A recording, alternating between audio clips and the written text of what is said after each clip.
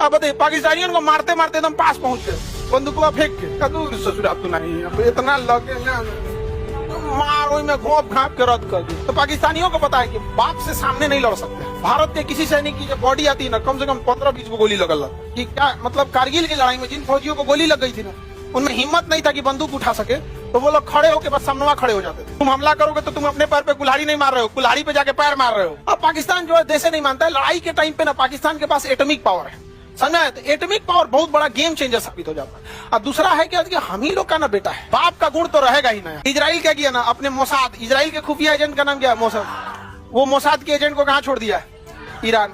जो भी उसका परमाणु वैज्ञानिक होता है उसको मरवा देते हैं। अब किसी वैज्ञानिक की कितनी सिक्योरिटी दीजिएगा, बहुत ज्यादा तो नहीं। तो क्या करता है सिक्योरिटी गार्ड, जिसका 1 लाख सैलरी उसको 10 करोड़ दे देता है, खुदे बता देता है नाश्ता खाना कब करेंगे, कहाँ मुड़ेंगे, यहीं अपने बता दे मार देगा। समझा गया कि नहीं? कासिम सुलेमानी तो सेना प्रमुख थे, सोचिए ना, कासिम सुलेमानी को मारा। फकीर जादा वहां का सबसे बड़ा परमाणु वैज्ञानिक था, उसको ड्रोन से मार दिया।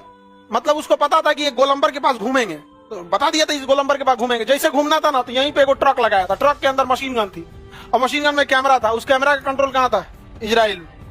जैसे घूमा गोलंबर पे मारा, तर उड़ा दिया। यहाँ पर पता करते रहो, पता करके क्या कर लोगे इजराइल में, अकेले सब पे मार देगा वो, अकेले। अरे हम लोग इतना आगे जाने के बाद भी इजराइल से कहते हैं कि हमको ड्रोन चाहिए। आज भी हथियार के मामले में इजराइल हम लोग से एडवांस है।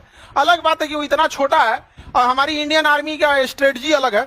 बाकी के दुनिया के देश जो लड़ाई लड़ते हैं ना, वो लोग हथियारों से लड़ाई लड़ते हैं, और हम लोग में ना हथियार मतलब नहीं, बाद में हथियार चढ़ जाता है सब पहले ही, क्योंकि देहाते से लड़ाई चालू हुआ है।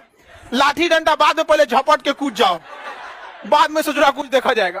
तो भारत का सैनिक जो होता है ना, अब खुद सोचिए ना, लखनऊ के थे कैप्टन मनोज पांडे, ठीक है, लेफ्टिनेंट थे। लड़ाई के दौरान उनका पोस्टिंग हो गया था, प्रमोशन हो गया।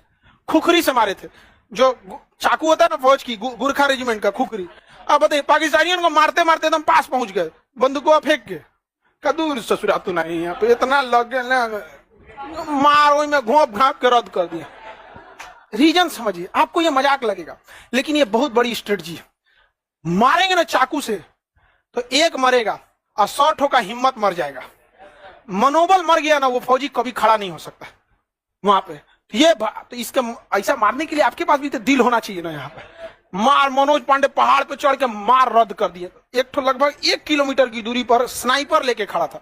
स्नाइपर होते हैं ना, छुपे रहते हैं एक जगह, ऐसा कपड़ा पहनेगा सब, दिखबे नहीं करेगा सब। झाड़ी में रहेगा तो हरियर पता ही ओढ़ लेगा सब, दिखबे नहीं करेगा। स्नाइपर लगा के गोली मार दिया। नहीं तो मनोज पांडे, विक्रम बत्रा को कैसे मारा था सब, स्नाइपर लगा के। तो पाकिस्तानियों को पता है कि बाप से सामने नहीं लड़ सकते। समझ में आ गया कि नहीं? छुप के मारना चाहिए।